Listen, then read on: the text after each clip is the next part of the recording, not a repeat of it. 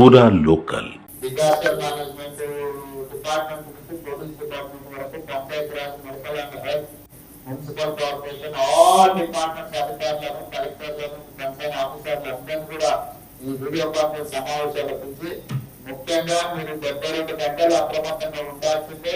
అన్ని డిపార్ట్మెంట్స్ అందరూ అధికారులు including collectors all department heads మీ కంట్రోల్ రూమ్ లో అప్రమత్తం చేసి మొత్తం యాక్టివేట్ చేసుకోవాలి. అందరినీ 24/7 కంట్రోల్ రూమ్ లో ఉండి సమాచారాన్ని సేకరించి ఎప్పటికప్పుడు లోకల్ గా అప్రమత్తం చేసే పరిస్థితి వేసుకోవడానికి మీరు కరెక్ట్ గా ప్లాన్ చేసుకోవాలి.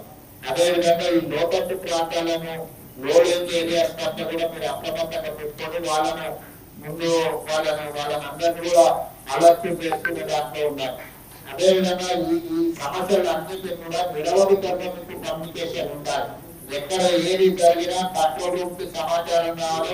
అదేవిధంగా కంట్రోల్ రూమ్ నుంచి మళ్ళీ అక్కడ సంబంధిత కలెక్టర్లు కానీ సంబంధిత శాఖలకు ఎక్కడెక్కడ ఏ డిపార్ట్మెంట్ తోని సమాచారాన్ని పంచుకోవాలి, ఏ డిపార్ట్మెంట్ మనం అప్రమత్తం చేయాలో కంప్లీట్ గా నిరవధికంగా 24/7 కమ్యూనికేషన్ ఉండాలి.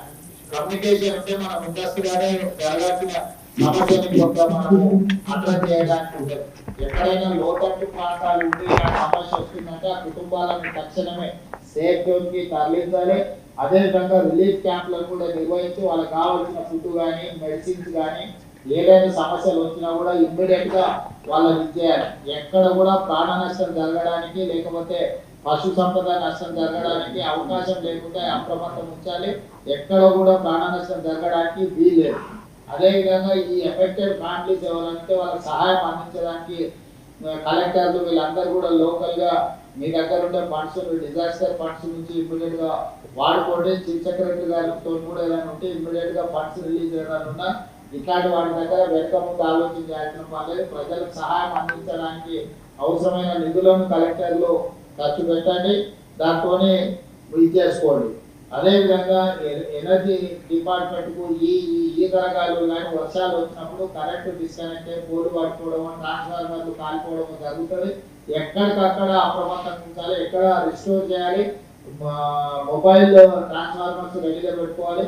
ఎక్కడికక్కడ పవర్ ఏదైనా అవసరమైతే ఇచ్చేయండి. పవర్ రిస్టోర్ చేయలేకపోతే అవసరమైతే జనరేటర్స్ తోనైనా కూడా మీరు వాళ్ళని అప్రమత్తం చేసి చేసుకోవాల్సిన అవసరం ఉంటుంది. ఎక్కడైనా విద్యుత్ కానీ లేకపోతే తాగునీటి కానీ డ్రైనేజ్ వ్యవస్థ కానీ వీటన్నిటిని మీరు అప్రమత్తం చేసుకోవాలి. నిరంతరం పర్యవేక్షిస్తుండాలి.